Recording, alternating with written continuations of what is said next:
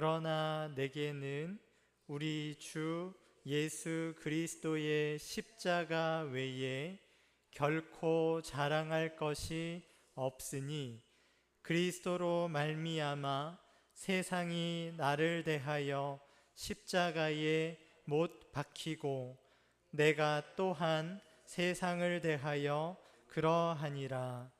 할례나 무할례가 아무것도 아니로되 오직 새로 지으심을 받는 것만이 중요하니라. 무릇 이 규례를 행하는 자에게와 하나님의 이스라엘에게 평강과 긍휼이 있을지어다. 이후로는 누구든지 나를 괴롭게 하지 말라. 내가 내 몸에 예수의 흔적을 지니고 있노라. 형제들아, 우리 주 예수 그리스도의 은혜가 너희 심령에 있을지어다. 아멘. 네, 예수의 흔적을 가진 자라는 제목으로 필리핀에서 사역하고 계시는 박노헌 선교사님께서 말씀을 전해 주시겠습니다.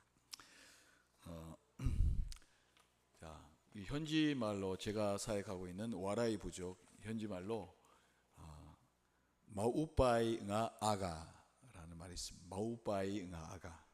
예, 안녕하세요, 굿모닝이라는 뜻이에요. 굿모닝. 한번 해보실까요? 마우빠이 응아 아가. 마우빠이 응아 아가. 예, 그러면 안녕하세요라는 뜻이죠. 예. 그렇게 뭐 인사를 하면서 이렇게 영혼을 전도하고 그런 사역을 하다가 잠시 한국에 와서 좀 탈장 수술을 하게 됐습니다. 그래서 하고 지금 한 일주일 정도 됐어요. 근데 하나님 빨리 회복을 시켜주셔서 이렇게 말씀을 전하게 됐습니다. 우리 특별히 우리 주님이 계신 교회는 우리 김정호 목사님, 지금까지 너무나 많이 기도해 주시고 여러모로 또 후원도 해주시고 아버지 같으신 귀하신 목사님 감사드리고, 또 담임 목사님 이렇게 흔쾌히 오전 예배를 이렇게 선교사한테 내준다는 것은 참 쉽지 않은 결정인데 너무나 감사를 드립니다. 오늘 이 시간에도 하나님께서 여러분에게 큰 은혜를 줄 줄로 믿습니다. 아멘 하신 분은 더 크게 은혜가 될 줄로 믿습니다. 오늘 사도 바울이 많은 주변의 많은 사람들로부터 심지어 동료 이제 크리스찬들로부터 공격을 받습니다. 당신은 가짜 선교사, 가짜 사도라고, 진짜 선교사가 아닌 가짜 사도라고 그렇게 공격을 받을 때 이제 나는 가짜 사도가 아니라 정말 하나님으로부터, 주님께로부터 부르심을 받은 진짜 하나님의 종이다 라는 것을 변호하고 있습니다. 그래서 왜 그러냐면 예수님과 함께 공생애를 했던 그 예수님의 12제자는 예수님과 함께 먹고 자고 그 다음에 예수님이 하신 기적들과 그런 사역들을 직접 경험했고 눈으로 봤습니다. 그래서 예수님의 그런 삶의 모습들, 또 기적의 현장 속에서 생생하게 눈으로 확인을 하는 사람들, 그 사람들이 진짜 예수님의 제자고 사도가 아니겠는가. 당신은 그때 당시 그 자리에 없었고 나중에 복음을 위해서 부름받은 자라고 하지만 그런 정말로 당신은 진정한 진짜 사도가 아니다 라고 이렇게 공격을 하게 됩니다. 그래서 오늘 본문은 그 공격에 대한 사도 바울의 입장, 또 거기에 변호하는 그런 말씀인데요. 내가 주님으로부터 직접 본을 받았다는 것은 다메섹 독산으로 이제 그때 당시 예수님을 핍박하는 핍박자였고, 또 많은 그리스도인을 이제 감옥에 집어넣으려고 기세등등해서 가고 있었던 그런 사도 바울에게 주님께서 그때 사울이었죠. 주님께 나타나셔서 이제 빛으로 나타나셔서 직접 주님을 만나게 됐고 그 놀라운 경험을 하게 됩니다. 그 이후로부터 주님을 만난 이후로부터 사도 바울의 인생은 완전히 바뀌게 되었죠. 그래서 주님을 위해서 이제 이방인의 사도라고 부름을 받고 이제 그 이방인의 순교를 위해서 전도를 위해서 열심히 사역을 합니다. 그 사도 바울의 삶의 과정을 보면 정말 많은 환난과 고난과 그런 모습을 우리가 보게 되죠. 주님 때문에 많은 핍박을 받았는데 또는 돌에 맞기도 하고 또 사람들에 의해서 이제 피를 흘리면서 죽기 직전까지 가게 됐죠. 거의 다 죽었을 때 다시 깨어나서 주의 일을 계속하고 추위와 배고픔과 굶주림 속에 노출되면서 참으로 만물의 찌꺼기 같이 그렇게 되었다라고 말하고 있습니다. 그 정도까지 이제 주님의 고난에 자기는 동참한 것을 이 사람들에게 변호하면서 나를 더 이상 괴롭게 하지 마라. 내가 주님을 위해서 이러이러한 고난을 받고 힘든 그런 과정을 겪으면서도 내가 끝까지 사역을 감당하고 있다는 것을 많은 사람들에게 변호하고 있습니다. 내 안에 예수의 흔적을 가진 자다. 나는 예수의 흔적을 가진 자라고 그렇게 사람들에게 말씀을 하고 있습니다. 나를 더 이상 괴롭게 하지 마라. 그러면서 말씀을 하고 있습니다. 여러분들에게 이 질문을 던지고 있었습니다. 예수를 믿고 하나님의 자녀가 되었습니다. 할렐루야.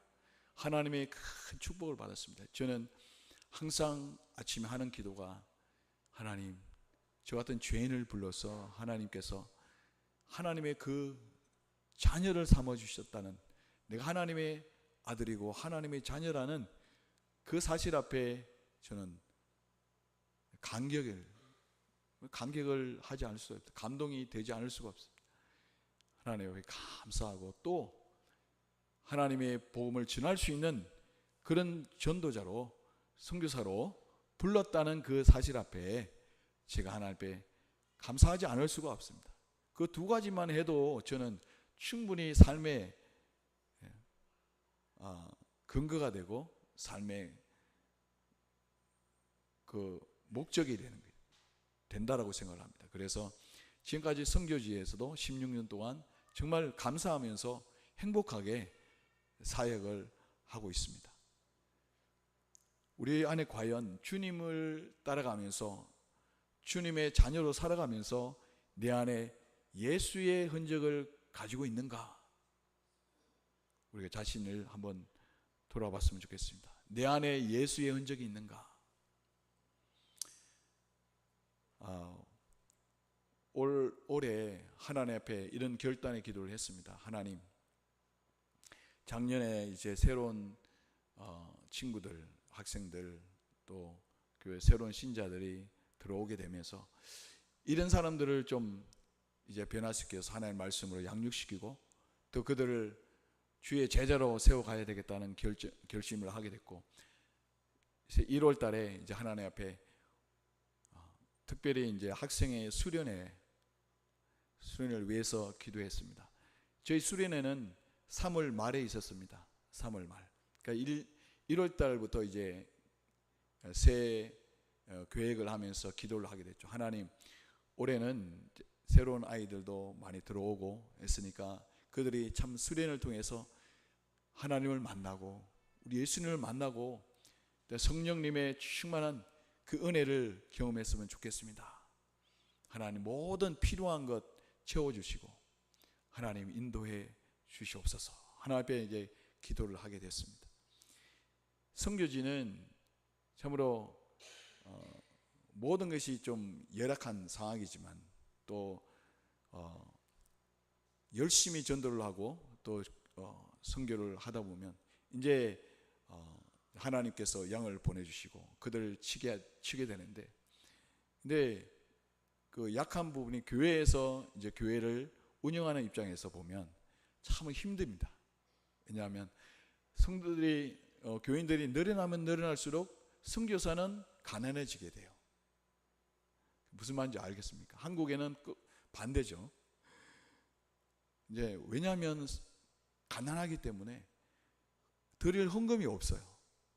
당장 먹을 게 쌀이 떨어진 그 상황에서 어떤 헌금을 할 수가 있겠습니까? 또 헌금을 하라고 말할 수 있겠습니까? 그러니 그게 하나님 앞에 늘 기도 제목이었죠. 그래서 올해 한 해도 하나님, 수련을 하면은 학생들이 한두 명이 아니라 100명 이상의 아이들을 이제 하게 되는데, 하나님 큰 은혜를 주시고 다 예수를 잘 믿고 정말 주님의 참된 제자로 하나님 거듭날 수 있도록 축복해 주세요 라고 기도를 하고, 모든 물질적인 것 하나님 다 채워달라고 그렇게 기도를 하게 됐습니다. 그래서 하나님께서, 하나님은 기도에 응답하시는 좋으신 분이십니다. 할렐루야. 믿으십니까? 저를 좀 봐주십시오. 저를 좀 봐주세요. 그래서 하나님 앞에서 기도를 했는데 응답이 바로 왔습니다. 응답이, 하나님께서 응답을 해주셨는데 그 응답이 바로 dengue를 하나님께서 보내주셔서 dengue에 물려서 병원에 입원하는 축복을 하나님 허락해 주셨어요. 자, 여러분 감이 잘 안 오시지만 제가 설명을 한번 들어보십시오. 그래서 1월 달에 기도를 하고 바로 응답을 그 다음 주에 하나님 허락해 주셔서, 그래서 이 웬만하면 dengue가 한 사람 이렇게 걸리게 되면 그러면 끝나죠. 근데 온 가족이 다 걸렸어요. 그래서 병원에 이제 갔더니 dengue라고 해서 병원에 입원을 하게 됐습니다. 그래서 제가 먼저 입원을 하게 되고, 그 다음에 이제 저를 간호하는 우리 집사람이 시름시름 앓더라고요. 그때는 몰랐습니다, dengue인지. 그런데 병원에 입원해 있는 저보다 집사람이 더 아픈 거예요. 이해할 수가 없었어요. 그래서 해봤더니 dengue라고 그러고, 또 아람이도 딸도 dengue라고 그러고, 한 룸에 다 3명이 누워가지고 제가 먼저 하고, 제 끝나고 집사람이 또 누워가지고 있는데, 하나님 앞에 참 그럼에도 불구하고 우리는 감사해야 될 줄은 믿습니다. 할렐루야. 우리가 하나님 앞에 늘 감사해야 되죠. 그래서 감사가 힘들잖아요. 그래도 감사하고 하나님 빨리 회복시켜 달라고 기도하면서 찬양하고 기도하고 말씀 믿고 그러면서 그 시간들을 보내게 됐는데, 그런데 가만히 한 의문점이 드는 거예요. 내가 오늘 하나님 앞에 기도를 했는데, 1월 달에 하나님 앞에 기도를 했는데 기도 응답이 너무 빨리 온 것은 감사한데 이건 아니잖아. 이건 아닌 것 같아. 왜 하나님이 dengue를 보내주셔서 이렇게 아프게 하고, 또 여러분들 외국인이기 때문에 이 병원비가 상당히 비쌉니다. 그러니까 현지인들은 보험이 들어있고, 그래서 그 현지인도 비싸긴 하지만 외국인들은 훨씬 더 비싸기 때문에 3명이 입원해가지고 치료비가 150만 원이 나왔어요. 그래서 이것도 수련회가 아니도 수련을 준비하면서 필요한 물질을 하나님께서 채워달라고 기도를 했는데 오히려 더 이게 지출이 되게 생겼어요. 그래서 이거 참 비상이다. 그러고 있는데 이제 dengue가 걸린 이후로 몸이 붓기 시작하면 다리가 부으면서, 그러면서 이게 이열도 나고, 그 다음에 이제 몸이 가렵기 시작합니다. 그래서 dengue가 걸렸다는 눈으로 또렷하게 나오는 증상이 뭐냐면, 이 몸이 발 다리부터 시작해가지고 벌겋게 이렇게 물이 듭니다. 단풍이 들듯이 이렇게 벌겋게 물들기 시작하면서 밑으로 온몸으로 붉은 색깔로 이렇게 몸이 변하게 되는 거예요. 그러니까 또 몸을 보는 순간 이게 좀 무서운 생각도 들고 두려운 생각도 듭니다. 왜 그런가 하면 이게 dengue가 아직 백신이 개발이 안 돼서 여전히 지금도 dengue에 걸린 사람 치사율이 굉장히 높아요. 아이들은 죽는 경우가 꽤 많고요. 그 다음에 면역력이 제대로 안 돼가지고 영양이 부족하기 때문에 면역이 안 된 상태에서 걸리게 되면 치명타가 될 수 있습니다. 우리 교회 리더 동생이 여동생이 몇 년 전에 걸려서 죽었거든요. 그러니까 그런 이제 생각들이 이제 떠오르기 시작하면서 좀 두려운 생각도 들지만 그래도 하나님께서 지켜주시겠지 믿음을 가지고 하나님께 기도를 하기 시작했습니다. 그런데 의사가 오더니 당신 문제가 있다고 얘기를 해요. 뭐냐고 그랬더니 혈소반 수치가 떨어진다는 거예요. 거꾸로 간다는 거예요. 이게 정상적으로 이렇게 수치가 올라가야 되는데 정상 기준치보다 거꾸로 밑으로 떨어지고 있다는 거예요. 이건 굉장히 비정상이니까 이거 굉장히 위험하다 이렇게 얘기를 하는 거예요. 그 얘기를 듣는 순간 진짜 이거 좀 문제가 있다. 그래서 이제 중보 기도를 부탁을 했습니다. 우리 목사님에게도 부탁을 드리고 그래서 기도를 해 주시라고 긴급 기도를 요청을 하게 됐습니다. 그래서 교회들이 이제 기도를 함께 했고 그래서 우리도 기도하면서 했는데 하나님의 은혜로 이제 그 다음 날에 정상 수치로 이렇게 탁 바뀌게 됐습니다. 할렐루야. 하나님께서 하셨습니다. 이 일들을 통해서 이게 하나님이 하시는구나. 이 모든 일 하나님께서 이제 일을 하고 계신다는 것을 제가 느끼게 되었고 이제 하나님께서 이 일들을 다루어 가시겠구나라는 확신이 들었습니다. 그래서 다 이제 치료를 받고 이제 다 퇴원을 하게 됐습니다. 퇴원비가 없는 상황에서 이제 선교주에 그때에 선교지 방문을 하는 목사님 두 분이 계셨어요. 선교지에 교회를 세웠고 했기 때문에 한번 돌아보고 단기 선교를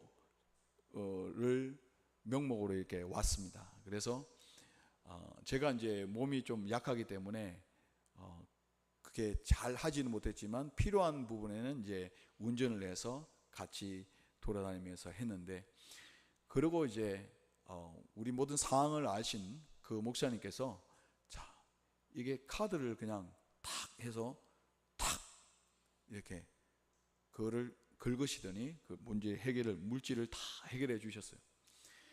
그래서 그 목사님 그러시는 거예요. 이번에는 선교 방문은 이 목사님의 병원비를 치료비를 내라고 하는가 보다. 그렇게 얘기하시면서 다 이렇게 지출을 해 주셨는데 참 감사했습니다. 자, 그러고 나서 이제 그 일이 있고서 이제 후원 교회들부터 이제 병원비를 조금 후원을 해주겠다라면서 조금씩 이렇게 후원을 들어오기 시작했는데 그걸 모아서 이제 학생의 수련을 잘 감당하게 되었습니다. 필요한 모든 경비에도 하나님 넉넉하게 할 수 있을 만큼 하나님이 다 공급해 주셨습니다. 할렐루야. 그 일들을 통해서 하나님이 제게 깨닫게 해주신 것이 있습니다.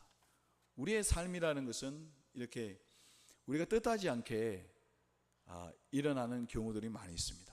내가 원하거나 또는 원하지 않든 간에 우리의 삶에 일어나는 모든 순간순간의 일들을 보면 우리가 계획하지 않았고 우리가 원하지 않는 그런 모습으로 다가오기도 합니다. 그럴 때 우리는 어떻게 반응해야 될 것인가? 그때는 제가 이해가 되지 않았습니다. 왜 하나님이 기도의 응답을 댕기로 이렇게 보여주셨을까? 그래서 댕기의 후유증이 좀 한 달 정도 있었는데 다 지나가고 이제 충분히 수련을 다 마칠 수 있도록 이렇게 하나님이 보장해 주셨는데 우리와 뜻하지 않게 하나님의 방법은 우리의 생각과 달랐습니다. 우리가 하나님을 때로는 이런 하나님일 거야 저런 하나님일 거야 때로는 선하신 분인데 왜 우리에게 이런 식으로 우리에게 하나님이 이 일을 허락하셨을까라는 생각을 하게 됩니다. 그런데 하나님의 계획은 우리 계획과 틀립니다. 하나님의 뜻은 우리는 잘 이해할 수가 없습니다. 때로는 이것은 하나님의 뜻이 아닐 거라는 것도 하나님의 뜻일 수가 있다는 겁니다. 우리가 하나님을 제한할 수가 없는 거죠. 하나님은 그분의 뜻대로, 선한 뜻대로 하는데 지나고 나니까 이것이 하나님의 계획이었고 하나님의 깊은 뜻이었구나 라는 것을 보면서 하나님을 찬양할 수밖에 없었습니다. 할렐루야, 하나님 찬양합니다. 하나님 경배합니다. 역시 우리 하나님은 멋진 하나님이십니다. 이렇게 고백이 되어졌습니다. 그 다음에 그 사건을 통해서 하나님이 저에게 깨닫게 하신 부분이 있습니다. 그게 뭐냐면 너 인생의 주인은 네가 아니라는 거예요. 너의 선교의 주체는 네가 아니다. 너의 경험이나 너의 기술이나 너의 가진 것 그거 가지고 선교하는 게 아니다. 그것을 내 입술로 내 마음으로 온전하게 고백받으시기를 하나님 원하셨습니다. 그게 가장 중요한 교훈이었습니다. 하나님은 부족함이 없으신 분이에요. 완전하신 분입니다. 선하신 분입니다. 내가 그분을 온전히 나의 주권자로 받아들이고 나의 왕되심을 인정하고 내 주권을 내어드리고 나는 할 수 없습니다. 생각을 보십시오. 병원에서 내가 할 수 있는 게 뭐가 있겠습니까? 몸은 아프고 또 물질도 하나님 그냥 필요한 물질도 하나님 손에 있으니 내가 할 수 있는 부분이 아무도 없었습니다. 그냥 하나님 불쌍히 여겨주시고 은혜를 베풀어 주시옵소서. 하나님은 살아계십니다. 오직 하나님 살아계시고 하나님 선하신 뜻이 있을 거다. 하나님은 그의 뜻대로 부르심을 입은 자들에게 합력해서 선을 이루시는 분이다. 그 말씀을 믿었습니다. 할렐루야. 그 말씀을 붙잡고 하나님 앞에 기도하게 됐죠. 그래서 그 사건을 통해서 제게 하나님은 이런 고백을 받기를 원했습니다. 내가 너의 주권자다. 내가 너의 진정한 인도자고 너를 책임질 하나님이다. 하나님을 주권자로 인정하여 드리는 것, 하나님을 왕이심을 선포하는 것, 나는 그의 자녀됨을 주님 앞에 다시 한번 고백하고 하나님이 내 삶을 인도하는 나의 선한 목자가 되신다. 할렐루야. 그 고백을 주님께서 받기를 원하셨습니다. 그 고백을 주님께 드렸습니다. 주님밖에 없습니다. 주님밖에 없습니다. 하나님밖에 없습니다. 내 삶을 인도하시고 내 생명을 보호하시고 또 내 선교지에 우리 선교지에 하나님 허락하신 선교지를 이끌어 가시고 인도하실 분은 우리 하나님밖에 없습니다. 이 고백을 하게 되었습니다. 전 너무너무 감사한 거죠. 그러므로 앞으로도 이러저러한 일이 있을지라도 저는 담대하게 주님이 나의 왕이십니다. 주님은 나의 주권자십니다. 주님은 우리 선교지의 인도자가 되시고 선교지를 주님께서 주관하십니다 라는 것을 고백을 계속 할 수밖에 없고, 그렇게 해나갈 때 우리의 믿음대로 주님은 역사하시고 인도해 주실 줄로 믿습니다. 여러분들의 삶도 마찬가지입니다. 여러분들의 삶의 터전에서, 여러분들의 직장에서, 아니면 학교에서, 삶의 자리에서 주님이 주권 되심을 인정하시길 바랍니다. 주님이 나의 삶을 인도하실 것이고 주님이 영광을 받으실 것이라는 것, 주님이 나의 삶의 왕이시고 나는 그분의 자녀, 그분의 양인, 여호와는 나의 목자시니 내가 부족함이 없으리로다. 그가 나를 푸른 초장에 누이시며 쉴만한 물가로 인도하시노라. 내 영혼을 소생시키시고 자기 이름을 위하여 의의 길로 인도하시는도다. 내가 사망의 음침한 골짜기로 다닐지라도 해를 두려워하지 않을 것은 주께서 나와 함께 하심이라. 주의 지팡이와 막대기가 나를 안위하시나이다. 내 원수의 목전에서 내게 상을 베푸시고 기름으로 내 머리에 바르셨으니 내 잔이 넘치나이다. 내 평생에 주의 선하심과 인자하심이 정녕 나를 따르리니 내가 여호와의 집에 영원히 거하리로다. 이 고백이 우리 삶에 늘 고백되어지기를 주의 이름으로 축복합니다. 그럴 때 하나님께서 영광을 받으시고 우리의 삶을 주의 뜻 가운데서 인도해 주실 줄로 믿습니다. 우리 가운데 예수님의 흔적이 있습니까? 예수의 흔적을 가진 자입니까? 사도 바울은 주님을 따라가면서 모든 핍박과 환난을 당하면서도 그 일을 인내하고 소망을 가지고 인내합니다. 왜? 그 안에 예수 그리스도가 그분의 주인 되심을 인정할 뿐만 아니라 그 안에서 영광을 누릴 것을 바라보기 때문에, 또한 예수 그리스도가 다시 오시기 때문에 그 다시 오실 예수 그리스도가 영원한 왕권을 가지고 심판주로 오실 그날을 바라보면서 인내할 수가 있었습니다. 그러면서 모든 주님을 위해서 수많은 환난과 연단을 가지면서 그 안에 예수의 흔적을 가진 자가 되었습니다. 그렇다면 사도 바울만이 가질 수 있는 흔적일까요? 사도 바울만이 가져야 되는 흔적입니까? 아닙니다. 오늘 하나님을 믿고 하나님의 자녀가 된 사람들은, 예수를 믿고 하나님의 자녀가 됐고 구원을 선물로 받은 모든 자들에게는 바로 사도 바울의 가진 그 믿음과 삶의 흔적들, 예수의 흔적을 가진 자로 살아야 될 줄로 믿습니다. 그 삶을 살아야 되는 거죠. 그것이 정말 진정한 그리스도인입니다. 저는 2013년도 11월 8일 날 하이엔 태풍으로 인해서 선교지가 완전히 무너졌습니다.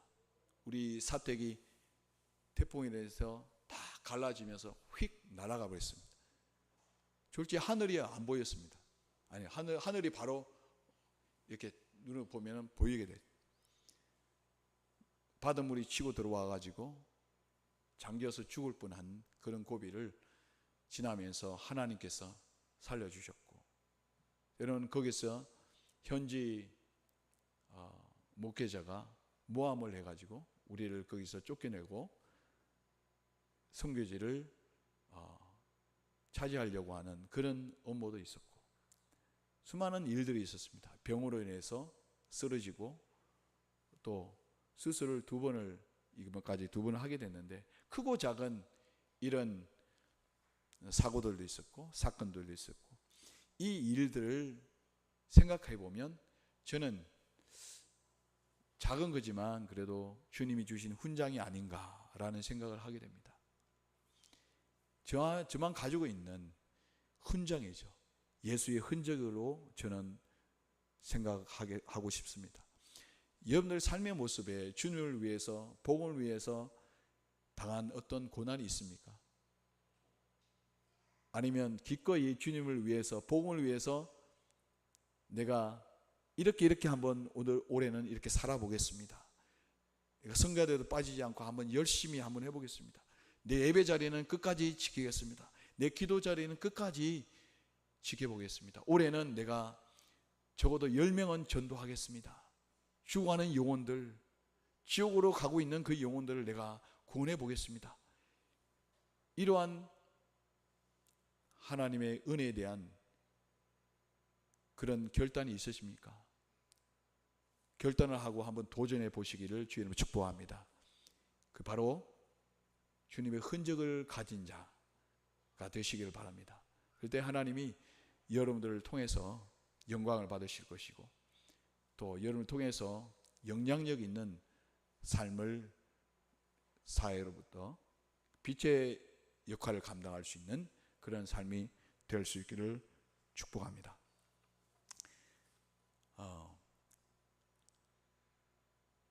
저 큰 누님이 지금 한 3년 정도 된 것 같은데요. 11월 23일 날 부산에 자기 아들 집에 갔습니다. 그리고 자기 손녀를 데리고 유모차를 태우고 시장에 가는 도중에 큰 시속 하여튼 몇 킬로인지 몰라 굉장히 급하게 달려오는 차에 치여서 그 자리에서 부르심을 받았습니다. 그래서 매스컴에도 나오고 뉴스에도 나온 그런 사건입니다. 정치인들도 가서 참 안타까운 소식이라고 하면서 사진도 찍고 왔던 그런 모습을 기억합니다. 참 성교주의에서 그 사진을 너무 안타까웠습니다. 그런데 바로 그 사건이 있은 지 6개월 전에 제가 한국에 잠시 나왔습니다. 그래서 누님하고 얘기를 하게 됐습니다. 그때 하는 얘기가, 누나가 이렇게 얘기를 했습니다. 박 목사, 나는 이제 너무 참 어려운 시기도 많았고 힘든 시간도 많았는데 참 이제는 마음 편하게 살 수 있을 것 같아. 애들도 다 컸고 이제 자기 직장을 가지게 됐고 이제 우리 남편은 이제 매형은 직장 생활도 잘하고 그리고 꼬박꼬박 이제 월급도 타고 이제 연금이 나오게 되면 이제 말년에는 참으로 좀 편안하게 살 수 있을 것 같아.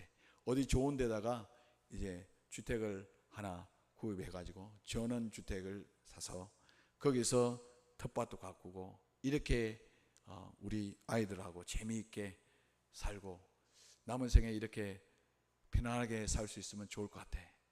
그렇게 이제 자랑 아닌 자랑을 하게 됐습니다. 그래서 누나 참 좋아, 참 좋겠네 이렇게 말을 하면서 한편으로는 좀 씁쓸한 게 있었습니다. 왜? 우리를 위해서 십자가에 죽으시고 부활하시고 영원한 생명을 주신 예수님, 그 예수님 앞에 드릴 것은 뭐지? 남은 생에 그냥 말하자면 잘 먹고 잘 살고 편안하게 지내고 자식 잘 되고 이런 것들, 이것들에만 생각을 하고 있더라고요. 그래서 한편으로는 참 주님을 위해서 십자가의 흔적, 주님의 예수의 흔적을 가진 자로 살아가는 삶은 어디 있는가 라는 것을 생각을 하게 됐습니다. 그러고 나서 6개월 후에 주님이 불렀습니다. 나이가 62, 61, 그때 환갑이 요즘 잔치를 안 하지만 식사 한번 하고 그리고 나서 천국에 가겠습니다. 교회 권사님이셨어요. 제가 왜 이 말씀을 드리냐면 가족의 아픈 기억이지만 요즘에 현대인들 특히 하나님 믿는 백성들 가운데 많은 생각들이 여기에 초점이 있습니다. 이 세상에서 편안하게 안락하게 복되게 살 수 있는 그런 삶을 늘 꿈꾸고 그것을 많은 매스컴으로부터 영향을 많이 받게 됩니다. 하나님의 말씀은 이렇게 기록하고 있습니다. 이사야서 40장 8절에 보면 풀은 마르고 꽃은 시드나 우리 하나님의 말씀은 영원히 서리라 하라. 우리 인생은 풀과 같고 들의 꽃과 같다라고 말씀하고 있습니다. 야고보서에 보면 안개와 같다라고 이렇게 말씀합니다. 잠시 왔다가 가는 그런 인생 가운데 우리가 영원히 여기에 살 것처럼 우리가 복된 삶을 안락하고 편안한 삶을 누구나 추구하죠. 우리에게도 필요합니다. 그러나 우리의 목적은 이 땅이 아닙니다. 위의 것입니다. 하늘나라입니다. 저 천국을 주님은 끊임없이 우리에게 말씀을 통해서 도전하고 있습니다. 위의 것을 찾으라. 그리고 위의 것을 찾으라면 seek, 이것은 적극적인 태도입니다. 적극적으로 우리가 찾아야 되고 적극적으로 우리가 그것을 사모해야 되는 것이죠. 그래서 우리가 천국을 소망하는 자로 이 땅에서 살아야 될 줄로 믿습니다. 우리 인생은 짧습니다. 하나님 말씀은 영원하고 하나님이 영원하고 우리 주님도 영원하십니다. 영원하신 하나님 앞에 우리의 삶도 주님처럼 영원을 바라보면서 천국을 바라보면서 오늘의 삶을 살아가야 될 것입니다. 우리 안에 예수의 흔적을 가진 자로 살 수 있기를 주의 이름으로 축복합니다. 아멘.